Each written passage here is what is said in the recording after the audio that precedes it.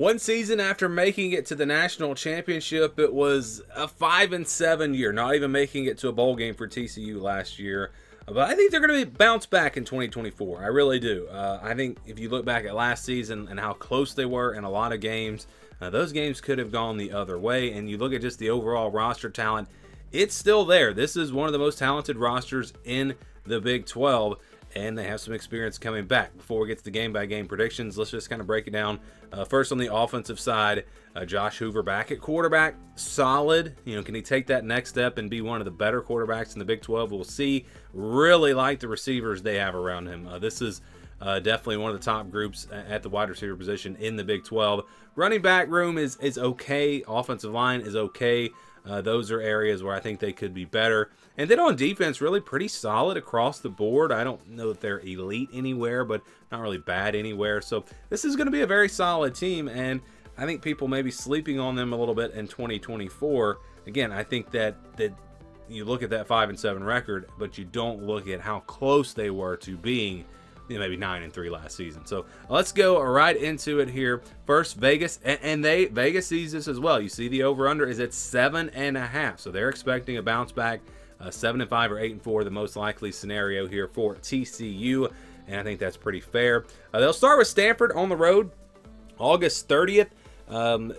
That's an interesting game there. Stanford, I don't think is going to be very good this year. I think TCU, just from a talent standpoint, definitely has an advantage.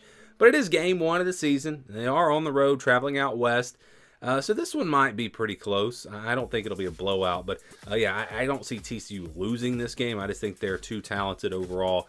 I think they get the win here. So 2-0 start. I think they beat LIU after that. Then it's UCF on September 14th. This is going to be a great matchup. UCF, they've got a lot of weapons on offense as well. It's going to be a fun one. You look at the defensive line for UCF, and I think that could be the difference in this game. They're going to have a really good defensive line, one of the best in the Big 12. And with TCU's offensive line, a lot of offensive lines kind of get better as the season goes, and I think that could be the case with TCU. So I think maybe an advantage there for UCF. They create more plays in the backfield with their defense. It's close, but I've got UCF actually winning this game. So going with UCF here. Then it's SMU on the road on September 21st. This should be a really good game. SMU is I think people don't realize how good SMU is and how good they were last season. It's a roster made up of a lot of Power 5 transfers. They've got a lot of guys that were good enough to go to the Power 5 transferred to SMU, and a lot of them were, pretty big time recruits, 4-star recruits. So this is a talented SMU team, and I think these teams were fairly even. Home field advantage going to SMU. It's close, but I'm going to go with SMU. So I've got TCU starting 2-2, a bit of a disappointing start. And one of the things about TCU is they have a lot of young talent on their roster. So I think it's going to take them a little bit of time to really reach their full potential. They get Kansas next on the road. Should be a shootout here. Should be a lot of points in this game. I had a hard time with this one. I think TCU at the line of scrimmage should be able to match up pretty well with Kansas.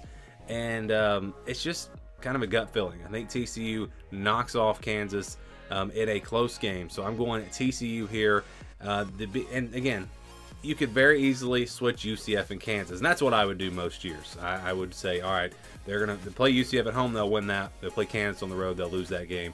But trying to not go at that, be that strict about it this year, because it doesn't work that way. Yes, there is a home field advantage. That's a very real thing. But if you look at team schedules in the past and how the seasons have gone, it doesn't go that way. You lose some games at home.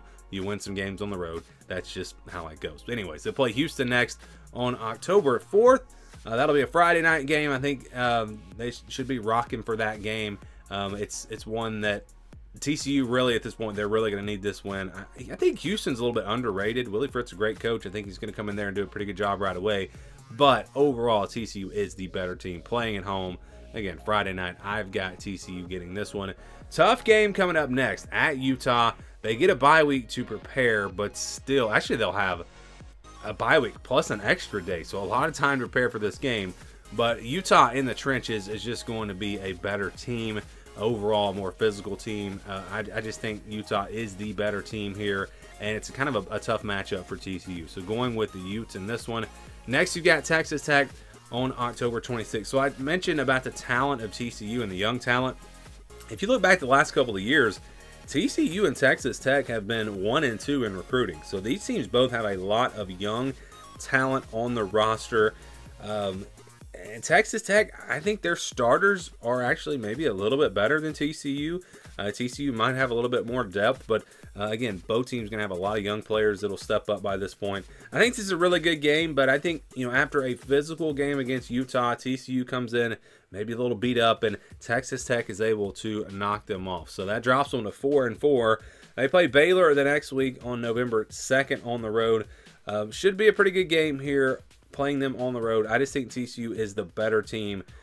Baylor, I'm not very high on this team. They've also got a pretty good group of wide receivers, so that'll be an interesting matchup there. But again, I think TCU, the more complete team, the more talented team, and the deeper team. And again, these young players for TCU from these last couple of recruiting classes, they'll probably start to contribute by the time we get to this point in the season, and that could bode well for them down the stretch. In fact, I think they knock off Oklahoma State as well here on November 9th, playing them at home.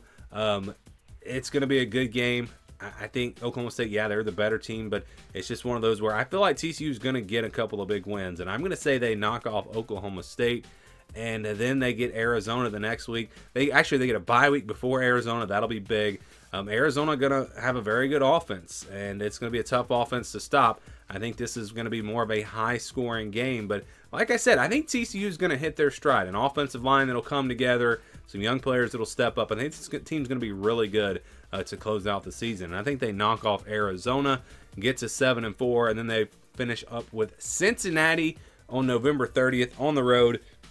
I've said this many times. I think Cincinnati is the worst team in the Big 12. They'll have a decent offense. I think they'll be able to score a little bit, but their defense really going to struggle. I think TCU puts up a lot of points, and the Horned Frogs take care of business here in this game. So 8-4 is the prediction here for TCU, and I get it. The wins and losses don't look maybe how you would expect. You'd expect them maybe to lose to Oklahoma State and Arizona and maybe beat Texas Tech and UCF or whatever. But again, that's just how it goes. You have a lot of close games, and just kind of have to go with the gut here. And the thing is, when you do these predictions and you go through every single team, once you've made a prediction and you've done a video for a team, you can't go back on that. So, I've already done Oklahoma State, and I've already done Arizona. I've already done Utah. Those predictions are done, so you can't go back and change it once you get to TCU. So, maybe I would like to change, say, Oklahoma State to a loss and UCF to a win. But 8-4 is where I think they're going to be. So at the end of the day, it's really just about the record, and I think TCU will be 8-4. I think they'll improve on that win total from last year and have a very solid season. Not quite enough to get to the Big 12 championship, but still, again, a very good year. Give me your predictions, your thoughts on TCU down in the comments below.